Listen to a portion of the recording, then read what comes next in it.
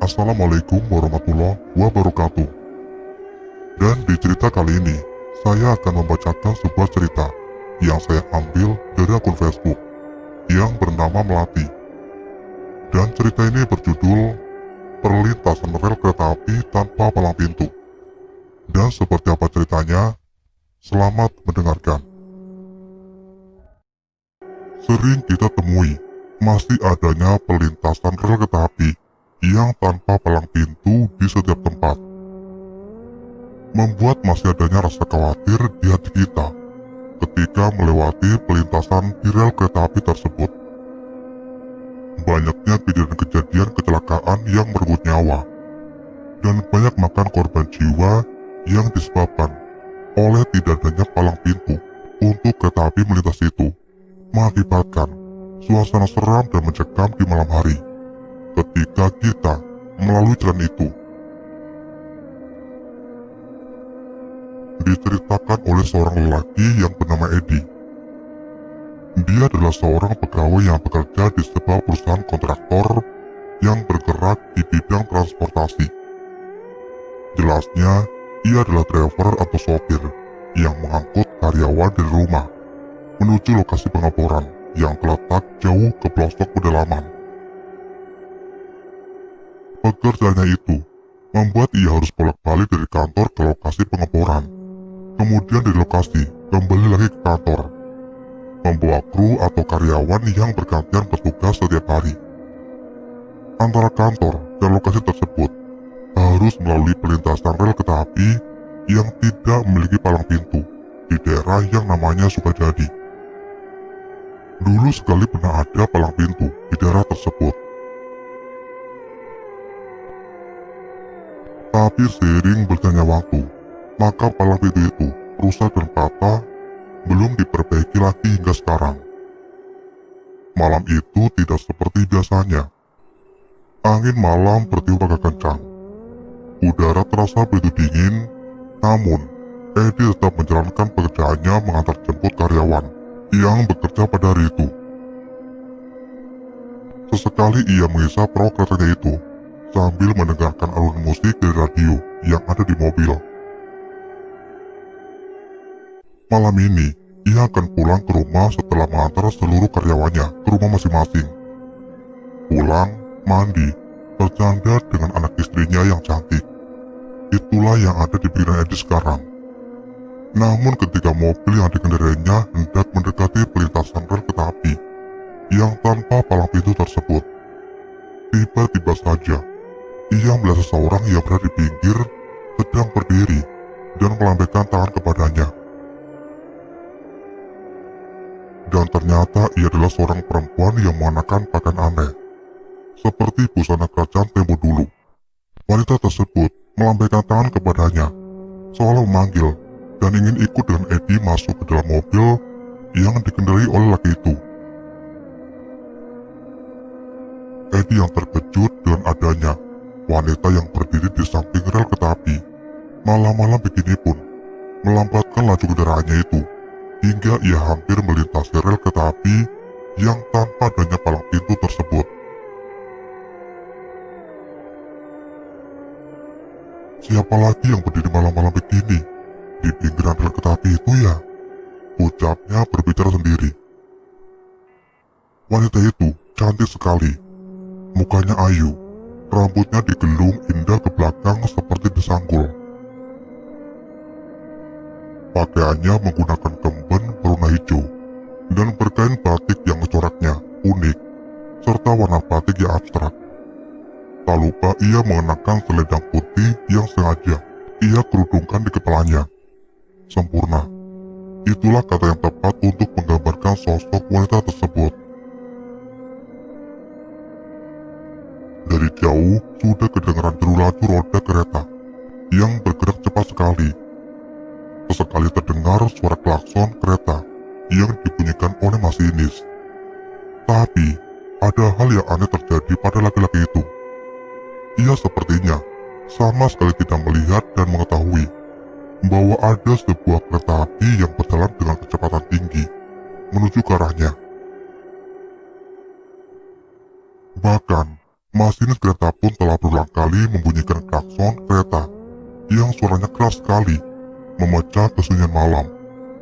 Namun tetap suara tersebut tidak terdengar oleh Edi. Yang tampak di badan matanya sekarang yaitu, di belakang wanita itu, berdiri ada bangunan seperti sebuah kerajaan yang megah sekali. Berhiaskan batu-batu alam yang berwarna-warni.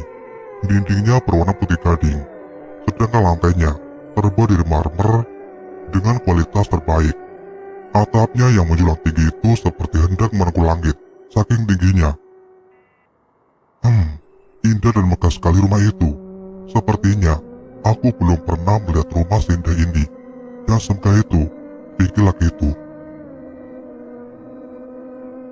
Sehingga tanpa disadarinya, ia mengemudikan laju kendaraannya menuju ke arah wanita cantik dan rumah yang menurutnya seperti sebuah istana dan megah tersebut berada. Sementara kereta api yang melaju dari arah timur atau sejajar dengan posisi mobil Innova yang dikemudikan oleh Edi tersebut semakin lama semakin mendekat. Namun tampaknya Edi telah terhipnotis dan tersihir oleh pesona istana itu. Istana yang megah serta penghuninya itu. Namun ternyata ada seorang yang melihat dan menyaksikan mobil yang dikemudikan Edi itu tetap melintasi rel kereta api yang tanpa palang pintu tersebut. Dia adalah Basuki, pedagang asongan yang biasa berjualan di daerah sekitar situ. Ia pun berteriak dan keras untuk memperingatkan Edi agar berhenti melintas. "Pak, berhenti dulu. Itu ada kereta yang akan lewat," teriaknya mencoba manggil Edi sang sopir. Namun suaranya kalah keras dan klakson kereta yang telah dibunyikan oleh masinis berulang-ulang. Sedangkan Edi yang antara sadar dan tidak tetap melajukan mobilnya. Basuki yang telah berteriak itu akhirnya pasrah. Ia menanti detik-detik yang begitu mengerikan baginya. Ia tahu dan paham sekali kalau di pelintasan itu kerap sekali memakan korban. Ia pun tahu penyebabnya adalah tidak adanya palang pintu di kawasan pelintasan tersebut yang menyebabkan sering terjadinya kecelakaan kereta api dengan mobil dan sepeda motor. Banyak warga yang tidak mengetahui kedatangan kereta api dan akhirnya bertabrakan. Bruk. Tabrakan pun tak dapat diri lagi, walaupun masinis telah mengerem kereta tersebut. Kereta baru bisa berhenti kira-kira sejauh 600 meter. Akibatnya, mobil yang dikemudikan Edi terseret kereta api sejauh 300 meter. Lalu, terguling keluar rel, hingga turun ke jalan aspal. Mobil pun hancur dan ringsek di bagian depan. Kaca mobil pecah, walau pecah 1000, namun tak berfungsi lagi. Sepertinya, kalau melihat mobil yang hancur dan ringsek itu, kita tak percaya kalau sang sopir akan selamat. Diperkirakan kejadian tersebut terjadi pada pukul 22.15 WIB. Itu perkiraan Basuki yang melihat kejadian tersebut. Karena biasanya ia selalu pulang dan melintasi rel kereta api tersebut pada pukul 22.00 WIB. Ia menjadi saksi mata dari kejadian kecelakaan di lokasi tersebut. Mobil Innova yang dikemudikan oleh Edi tertabrak kereta dan menimbulkan suara yang keras sekali di malam itu. Kemudian terseret kereta api yang belum bisa berhenti sejauh 300 meter. Seketika, suasana ramai di pelintasan kereta tersebut. Orang-orang berlarian menuju lokasi kejadian, ingin mengetahui apa yang terjadi. Basuki yang melihat peristiwa tersebut sejak awal, berteriak mengajak orang-orang untuk menyelamatkan sopir yang mobilnya terseret kereta api tadi. "Tolong, di mobil ada sopirnya. Kita selamatkan dulu dia. Takutnya mobil meledak kalau ada kebocoran. Ayo, mari kita lihat sopir mobilnya." Riuh rendah suara orang-orang yang hendak menolong Edi keluar dari mobil yang mengalami kecelakaan tragis itu. pun berlarian menuju ke arah mobil yang sudah jatuh terguling ke jalan aspal. Sungguh mengenaskan sekali keadaan mobil tersebut. Mobil ringsek dan hancur hampir di seluruh badan mobil. Kaca mobil pecah berhamburan. Roda mobil sebelah kiri hilang terlempar jauh dari lokasi kejadian. Sedangkan kereta api yang menabrak mobil Edi tersebut sempat berhenti beberapa saat untuk melihat mobil dan kondisi sopir di lokasi kejadian. Kemudian setelah melaporkan kejadian tersebut kepada kepala stasiun dan petugas stasiun, maka kereta tersebut berangkat lagi setengah jam kemudian untuk mengangkut penumpang dengan tujuan Palembang Tanjung. Warga yang sudah mendekati mobil Edi tersebut memeriksa kondisi Edi yang ternyata masih hidup dan masih bernafas. Hanya saja dipingsan dan tidak sadarkan diri. Mungkin kepalanya bentur dinding mobil sehingga ia mengalami geger otak yang menyebabkan ia tidak sadar. Sedangkan kakinya terjepit di badan mobil yang ringsek. Nampaknya ia mengalami patah kaki saja. "Panggil ambulan, cepat. Sopirnya masih hidup, hanya pingsan saja," teriak Pak Suki. "Sudah Pak, kami sudah menghubungi pihak rumah sakit untuk kirim mobil ambulan ke sini," ucap seorang laki-laki muda dan gagah yang ternyata adalah anggota dari kepolisian yang bernama Hermawan yang berpangkat Aibtu. Rupanya kabar kecelakaan tersebut telah sampai ke kepolisian. Mungkin petugas dari stasiun kereta api yang dekat dengan lokasi kejadian yang melaporkan kecelakaan itu. Tak lama bunyi sirene mobil ambulan pun meraung-raung memecah kesunyian malam. Seketika evakuasi Edi pun dilakukan. Mereka beramai-ramai menggoyang-goyangkan mobil untuk mengembalikan posisi mobil yang terbalik ke posisi semula. Sedangkan petugas medis dari rumah sakit mencoba melepaskan dan menarik kaki Edi yang patah dan terluka. Alhamdulillah, akhirnya kaki Edi yang terjepit bisa dikeluarkan. Dengan segera mobil ambulan pun berangkat menuju rumah sakit untuk memberikan pertolongan. Sempat terjadi kemacetan di lokasi kejadian. Namun, setelah mobil dievakuasi dan dibawa ke kantor polisi untuk pemeriksaan lebih lanjut itu, maka kemacetan pun dapat diatasi dan keadaan lalu lintas itu kembali normal. Ada yang aneh dalam mobil ambulan.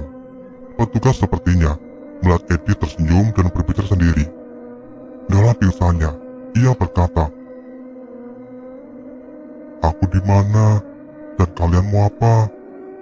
Itu yang terdengar oleh petugas medis yang bawa Edi ke rumah sakit. Semakin ia mendekat ke halaman rumah itu, semakin besar rasa kagumnya melihat keindahan dan kemegahan rumah tersebut. Ternyata atapnya yang menjulang tinggi itu terbuat dari kayu jati berkualitas tinggi, dan bentuknya seperti gedung pencakar langit. Tiba-tiba ia dihadang oleh 5 orang lelaki tinggi besar berpakaian seragam kerajaan berwarna merah kemasan. "Berhenti!" ucap salah seorang dari mereka yang mungkin adalah pimpinannya. "Siapa kalian? Aku berada di mana?" Dua buah pertanyaan yang diajukan Edi. "Kami adalah prajurit kerajaan Bari, kerajaan gaib yang terletak di tengah rel kereta api yang kau lewati. Namaku Panglima Kemas. Kerajaan ini dipimpin oleh ratu kami yang bernama Ratu Mayang Merindu. Ikutlah dengan kami. Akan kami pertemukan engkau dan ratu kami tersebut," ucap pemimpin mereka yang bernama Panglima Kemas. Lalu Edi pun dipersilakan masuk oleh mereka. Sambil melangkah masuk, sekali lagi Edi dibuat terkagum-kagum dengan keindahan arsitektur di dalam kerajaan tersebut. Lampu-lampu kristal tergantung di plafon dan langit-langit kamar. Sebuah halusinasi yang sempurna yang membohongi mata manusia. Lain halnya di tempat kejadian perkara.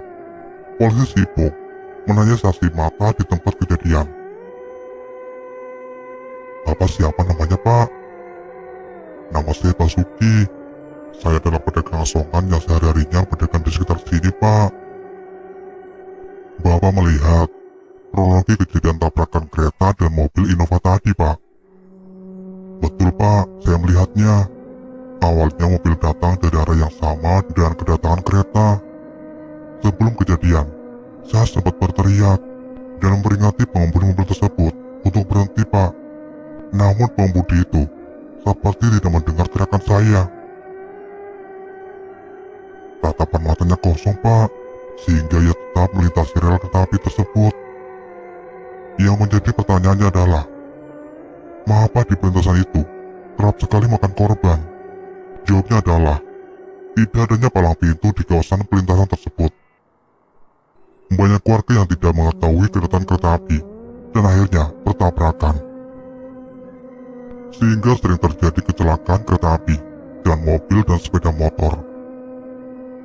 Baiklah Pak Basuki, terima kasih atas kesaksiannya, Pak.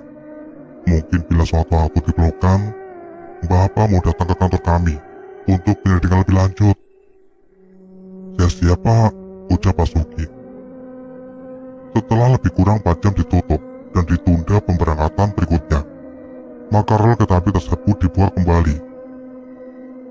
Setelah evakuasi korban dan evakuasi mobil Innova yang hancur tersebut, sehingga situasi kembali normal dan kondusif.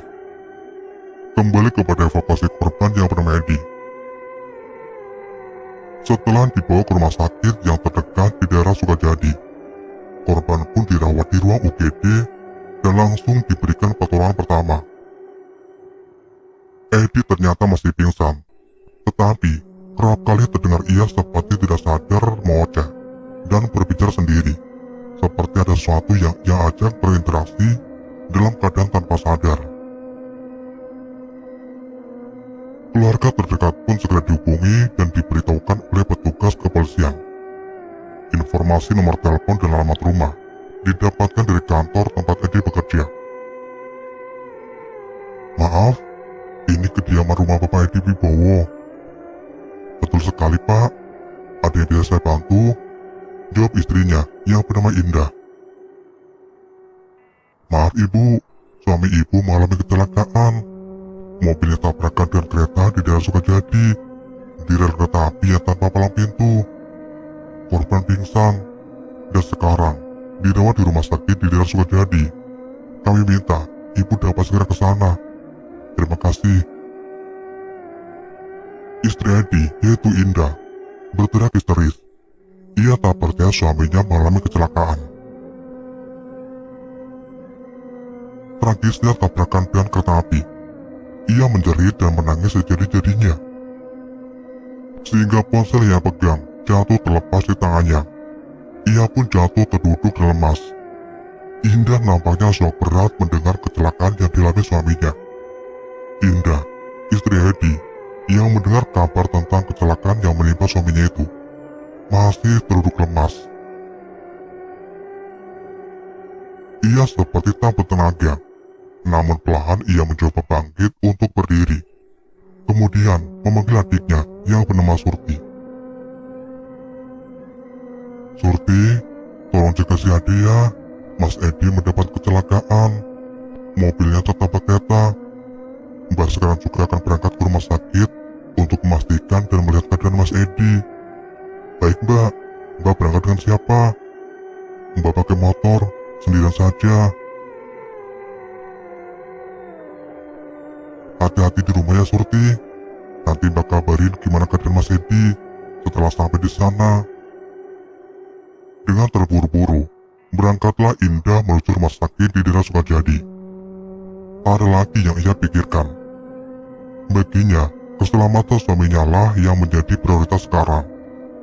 Padahal, waktu sudah menunjukkan pukul 23.45 WIB malam. Tiada rasa takut ketika kendaraan bermotor yang ia kendarai membelah malam yang kelam dan sunyi itu.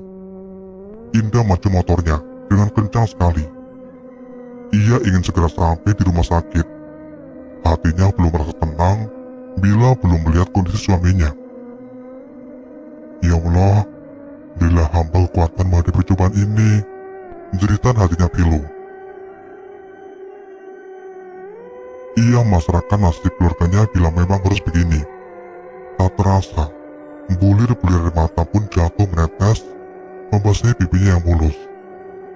Eddie, yang sedang berada di ruang kawat darurat itu, masih mengalami koma. Para perawat segera memasang infus dan memberi pertolongan pertama pada Eddie. Luka-luka di sekujur tubuhnya itu dibersihkan. Namun sepertinya, kaki sebelah kiri Eddie yang terjepit di bawah kemudi mobil itu patah dan remuk. Darah bercucuran membasahi celana Eddie. Namun ia masih saja mengigu. Mulutnya meracau, entah kata apa yang diucapkannya. Para perawat dan dokter yang pikat pun tidak mengerti apa yang diucapkan Eddie tersebut. Eddie yang masih merasa berada di alam kerajaan Bali tersebut diajak masuk oleh Panglima Kemas dan anak buahnya ke sebuah ruangan yang sangat luas. Banyak para pengawal kerajaan berdiri dan berjaga di kiri kanan ruangan tersebut. Mereka mengenakan seragam kerajaan seperti kerajaan pada zaman dulu kala. Di tengah-tengah ruangan yang sangat besar tersebut terdapat singgasana yang terbuat dari kayu ukiran yang berlapis emas. Dan tampaklah olehnya seorang perempuan yang cantik sekali. Sepertinya ia mengenal perempuan itu entah di mana. Rasanya aku pernah melihat perempuan itu, tapi di mana ya? Ia berucap sendiri. Masya Allah, itu kan perempuan yang kulihat sedang berdiri di pinggir kereta dan melambaikan tangan kepadaku. Ia pun mulai kebingungan dan bertanya-tanya sendiri. Di manakah aku? Sepertinya aku berada di suatu tempat yang amat asing bagiku. Ya Allah, tolonglah bumi ini. Dalam kebingungan yang membuatnya nyaris putus asa tersebut, tiba-tiba perempuan cantik tersebut berdiri dan berkata kepada Eddie, "Hei manusia, kamu sekarang berada di kerajaanku, yaitu Kerajaan Bari. Namaku adalah Ratu Mayang Merindu. Aku adalah ratu di kerajaan ini. Kerajaan Cape ini terletak tepat di tengah-tengah rel kereta api yang tanpa palang pintu yang kau lewati. Engkau belum mati, tapi di duniamu engkau telah mengalami kecelakaan kereta yang menyebabkan kakimu patah dan remuk. Ya Allah, benar begitu wahai Ratu Mayang. Lalu mengapa aku di sini? Walaupun kau hidup, engkau akan kehilangan satu kaki kirimu itu, sehingga engkau akan cacat seumur hidup. Maafkan aku, Ratu. Tapi, mengapa aku di sini sekarang baik-baik saja, tidak mengalami sakit dan patah kaki seperti yang Ratu katakan tadi? Karena di kerajaanku ini, aku yang berkuasa. Jadi aku membuatmu normal seperti semula, walaupun engkau telah tertabrak kereta. Tapi kondisi badanmu tak kurang suatu apapun dengan kekuatanku, wahai manusia.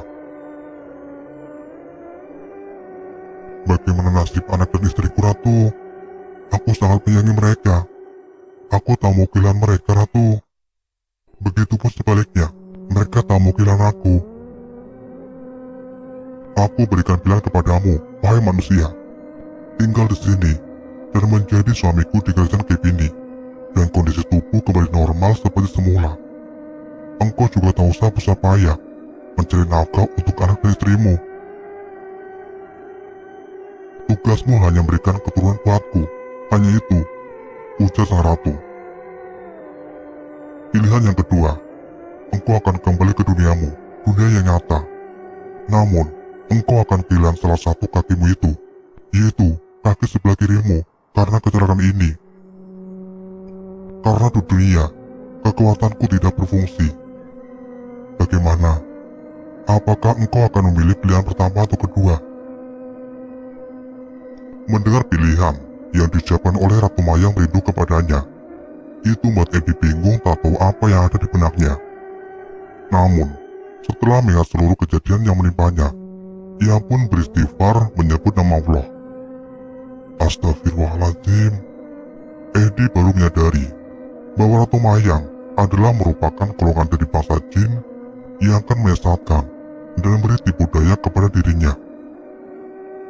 Sehingga dengan mudah ia akan terlena dengan kebaikan semu.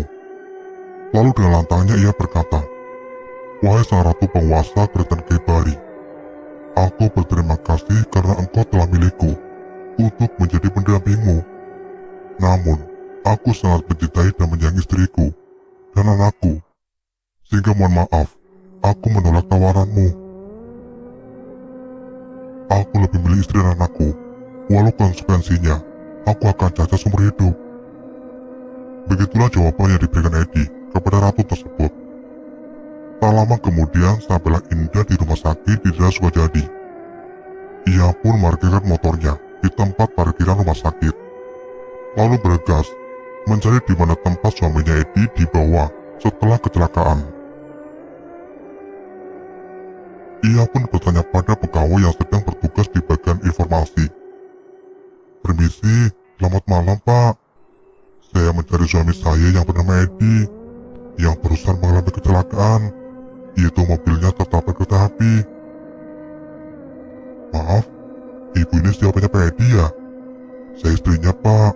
Tadi ada telepon dari kantor polisi yang beritahukan kepada saya bahwa suami saya telah mengalami kecelakaan,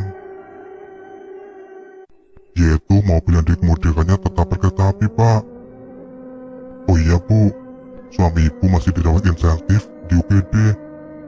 Ruangannya ada di pojok paling ujung sebelah kanan." "Baiklah Bu, saya langsung ke sana sekarang. Terima kasih atas informasinya," ucap Indah. Dengan terburu-buru, Indah pun langsung menuju ke ruangan UGD untuk segera mengetahui keadaan Edi suaminya. Di lain tempat dan dimensi yang berbeda, Edi yang masih berinteraksi dengan Ratu Mayang Rindu pun menolak permintaan dari Ratu untuk tinggal dan hidup bersamanya di istananya tersebut. Ia pun memilih untuk hidup bersama istri dan anaknya yang disayang dan dicintainya itu. "Bukankah hidup di istanaku jauh lebih enak dibanding engkau kembali ke duniamu, hai manusia? Di sini tak perlu susah-susah engkau bekerja. Aku sudah menyediakan segalanya." "Maaf Ratu Mayang, sekali aku bilang tidak, tetap tidak. Istri dan anakku lebih berharga dari apapun Ratu. Maafkan, aku tak dapat memenuhi keinginanmu itu." Edi menegaskan kembali bahwa dirinya menolak tawaran dari sang ratu. "Baiklah wahai manusia, aku kagum dan salut serta menghargai akan keputusanmu itu. Engkau sangat setia kepada istri dan anakmu, maka engkau akan kukembalikan ke duniamu. Namun sayang, aku tidak dapat mengembalikan keadaan tubuh kamu yang akan menjadi cacat nantinya. Cuma, aku akan berikan liontin ini untuk engkau simpan sebagai kenang-kenangan. Dan suatu saat, engkau pasti akan memeluknya." Lalu sang ratu pun melepas sebuah liontin yang ia pakai.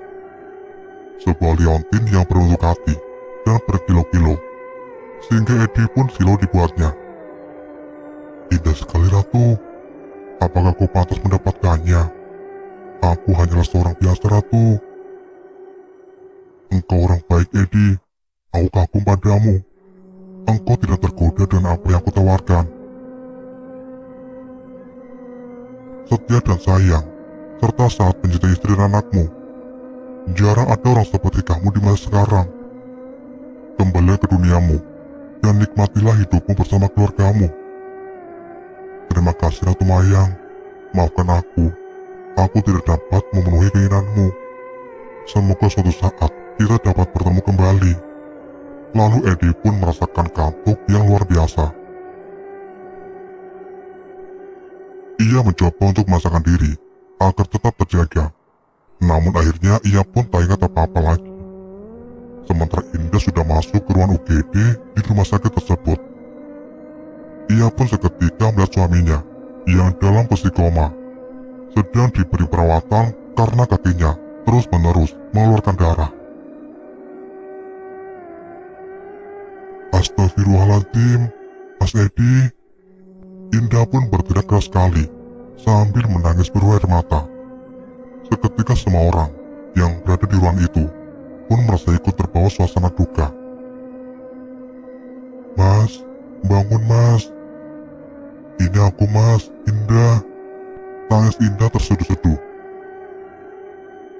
Ia melihat kondisi suaminya itu sangat mengenaskan sekali. Baju yang ia kenakan robek di sana sini akibat terseret kereta. Sekujur tubuhnya penuh darah akibat luka yang dideritanya. Ia tak tahu apakah suaminya itu pingsan atau koma. Yang ia mau, suaminya segar dan sadar kembali. Ibu yang sabar ya bu. Saat ini Pak Edi, suami ibu, sedang masa kritis bu. Berdoa saja ya bu. Semoga Bapak bisa melewati masa kritisnya. Satu lagi, perlu kami informasikan kepada ibu. Kaki kiri Bapak yang terjepit di bawah mobil kemudi itu rampung dan hancur bu. Tidak dapat diobati lagi, sehingga dokter akan mengamputasi kakinya itu bu. Allahu Akbar. Ya Allah, kuatkanlah kami menerima keadaan ini. Indah begitu terpukul ketika mengetahui kaki kiri suaminya hendak diamputasi. Dokter, apa tidak ada cara lain dok selain mengamputasi kakinya? Bagaimana kalau dia bangun dan mengetahui kakinya tidak ada lagi dok? Pasti hatinya hancur dok. Kami sudah berusaha semaksimal mungkin bu, tapi itulah jalan yang terbaik. Takutnya kaki yang hancur itu akan membusuk. Lakukanlah dokter, jika itu merupakan jalan satu-satunya untuk menyelamatkan hidup suami saya. Akhirnya, Indah menyetujui keputusan dokter untuk mengamputasi kaki kiri suaminya itu. Indah berpikir lebih baik kehilangan satu kaki suaminya daripada harus kehilangan raga suaminya itu untuk selamanya. Akhirnya Indah, istri Edi, menandatangani surat perjanjian persetujuan untuk melakukan tindakan operasi pada kaki suaminya yang hancur tersebut. Saya mohon, lakukanlah yang terbaik dokter untuk menyelamatkan nyawa suami saya, ucapnya pada dokter yang memimpin melakukan operasi. Kami akan berusaha semaksimal mungkin bu. Semoga saja operasinya berjalan lancar tanpa kendala, jawab dokter penuh optimis. Operasi pun dilakukan. Indah menunggu di ruang tunggu kamar operasi dengan kecemasan yang luar biasa. Tak lupa segala doa-doa ia panjatkan kepada Allah Subhanahu wa Ta'ala. Semoga diberi kelancaran dan diberi kemudahan selama operasi berlangsung. Tak lama lampu di ruangan operasi pun padam, tanda bahwa operasi yang dilakukan sudah selesai. Indah yang telah menanti dan harap-harap cemas pun menunggu pintu terbuka. Indah pun segera menghambur menuju pintu tersebut, di mana dokter yang memimpin jalannya operasi keluar dari ruang operasi. Bagaimana dokter? Apakah operasi suami saya berhasil dok? Kemudian dokter tersebut tersenyum dan berkata, Selamat Ibu Indah, operasinya berjalan lancar. Suami ibu telah melalui masa kritisnya. Sekarang dia masih pingsan akibat obat bius yang diberikan selama operasi. Sebentar lagi dia akan sadar bu. Mohon ibu menungguinya ya. Baiklah dokter, saya akan menunggu suami saya sampai ia sadar dokter. Indah memandang pada tubuh tak berdaya suaminya itu. Aku akan selalu mendampingimu mas, walau apapun yang terjadi padamu. Aku tahu, engkau adalah suami yang setia dan sayang pada anak istrimu. Aku selalu mencintaimu dengan setulus hatiku. Kita akan membesarkan anak kita berdua mas, dengan kasih sayang kita berdua. Begitu kata yang diucapkan Indah ketika berada di samping tubuh suaminya yang sedang pingsan tak berdaya setelah operasi dilakukan. Samar-samar, sepertinya Edi mendengar ucapan istrinya tersebut. Ia yang merasa lelah tertidur nyenyak oleh kantuk yang luar biasa, Tadi seperti mendengar suara lembut istrinya yang memanggilnya dengan penuh cinta. "Sayang, kamu di mana?" Terdengar suara lemah Edi memanggil istrinya. Indah menutup mulutnya yang hampir mengeluarkan suara jeritan. Kemudian, ia memegang tangan suaminya itu dan berkata dengan suara lembut, "Mas, ini aku Indah, istrimu Mas. Bangun Mas." Sepertinya, tangan Edi mulai bergerak, dan Indah langsung menggenggam jemari suaminya itu. "Si kecil menunggu kita di rumah. Kasihan dia kangen sama kamu Mas." Perlahan, Edi pun buka matanya, dan samar-samar ia melihat wajah cantik istrinya Indah yang selalu dirindukannya itu. "Sayang, Mas di mana? Kok kamu ada di sini? Kan Mas lagi kerja, tinggal pulang ke rumah saja," tanya Edi suaminya. "Mas Edi, Mas mengalami kecelakaan Mas. Mobil yang dikendarai Mas Edi terseret dan tertabrak kereta Mas. Beruntung Mas Edi bisa selamat." Seketika ingatan dan memori di otak Mas Edi sepertinya berlomba-lomba beritahu petikan kejadian-kejadian malam itu saat detik-detik kecelakaan itu menimpanya. Dan secara tersengaja, matanya tertumpuk pada kakinya yang sedang dibalut perban. Kemudian ia mencoba menggerakkan kakinya itu. "Ah, sayang, kenapa kakiku tidak dapat digerakkan? Sedang yang satunya bisa digerakkan, yang satu kakiku nggak bisa. Apa yang terjadi?" "Sabar Mas, maafkan aku." Ketika mobil Mas terseret kereta, kaki Mas pun terjepit di antara kemudi Mas, sehingga kaki Mas yang sebelah kiri terjepit dan hancur. Oleh karena itu, harus diamputasi segera, kalau tidak akan membusuk Mas.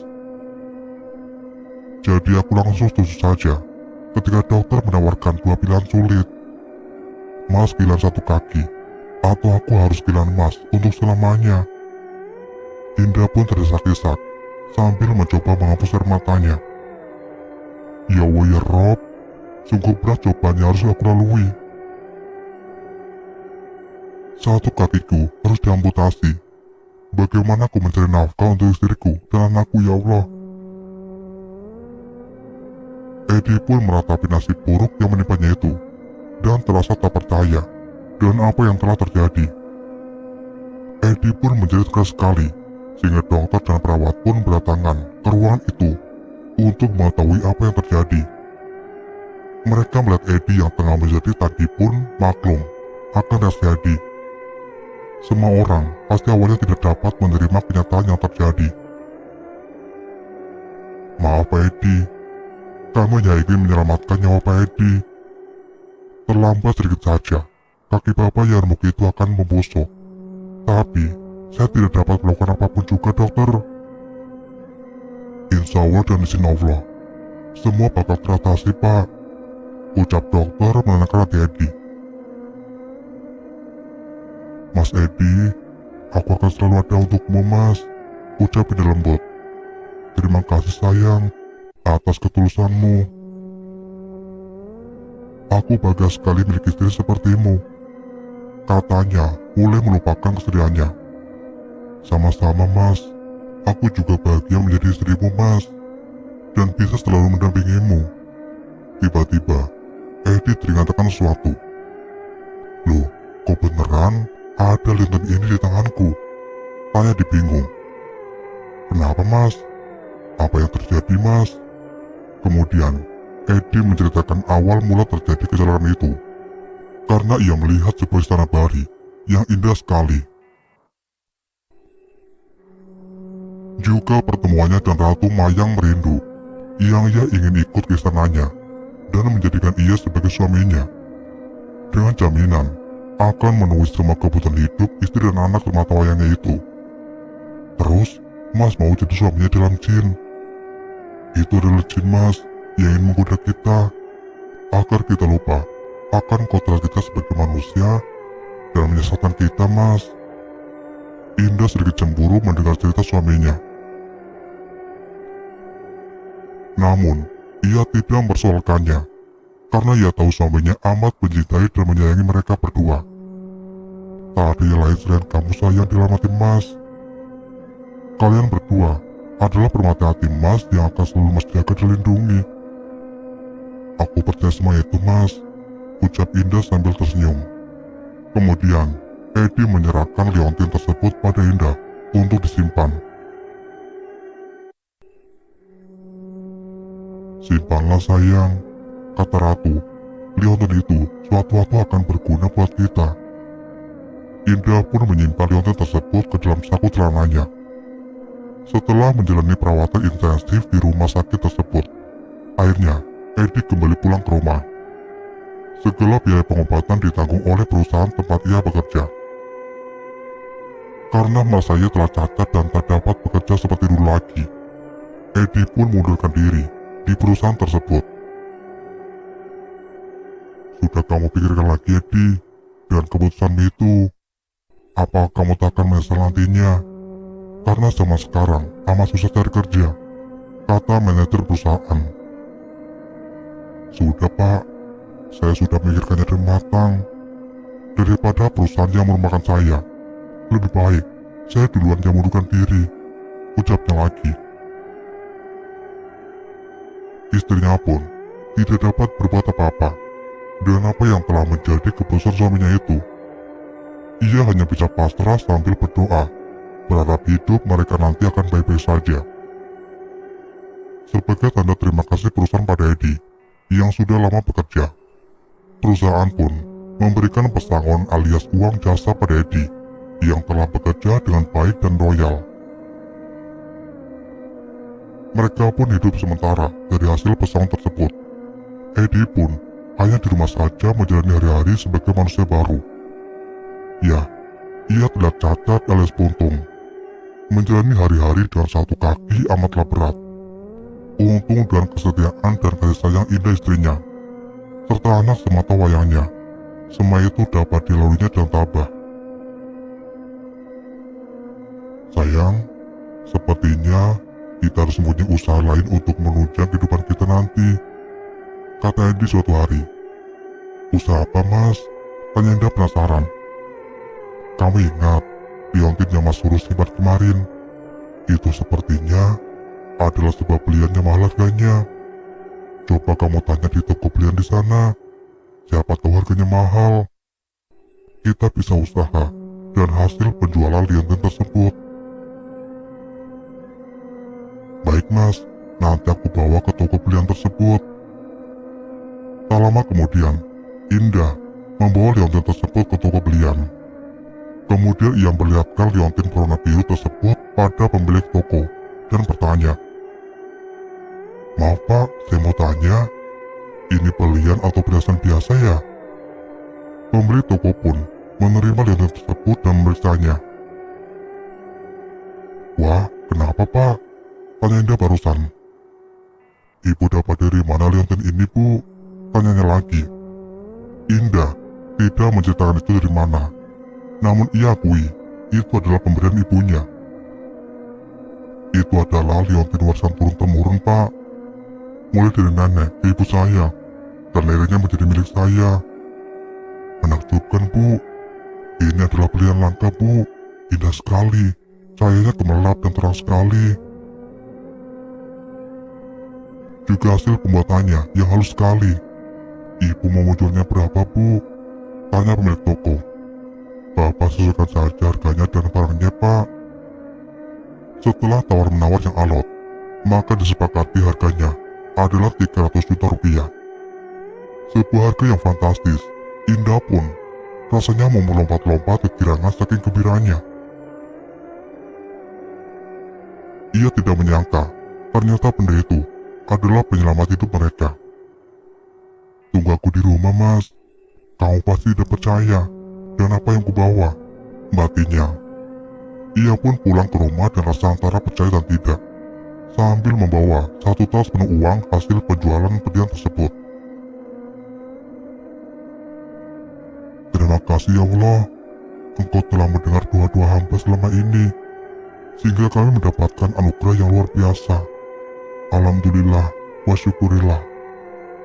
Setibanya di rumah, ia menjerit-jerit manggil suaminya.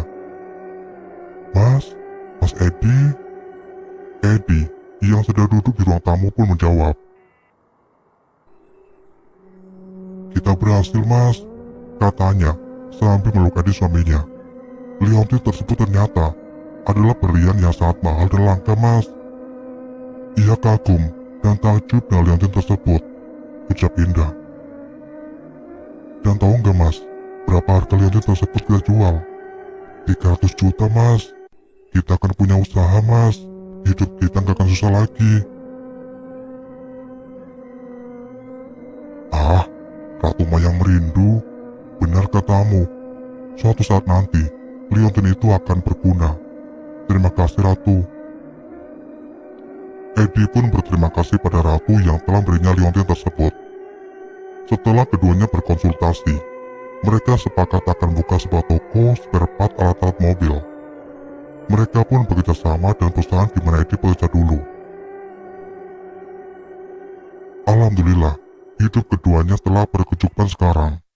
Itu berkat kebaikan dan budi baik Edi selama ini.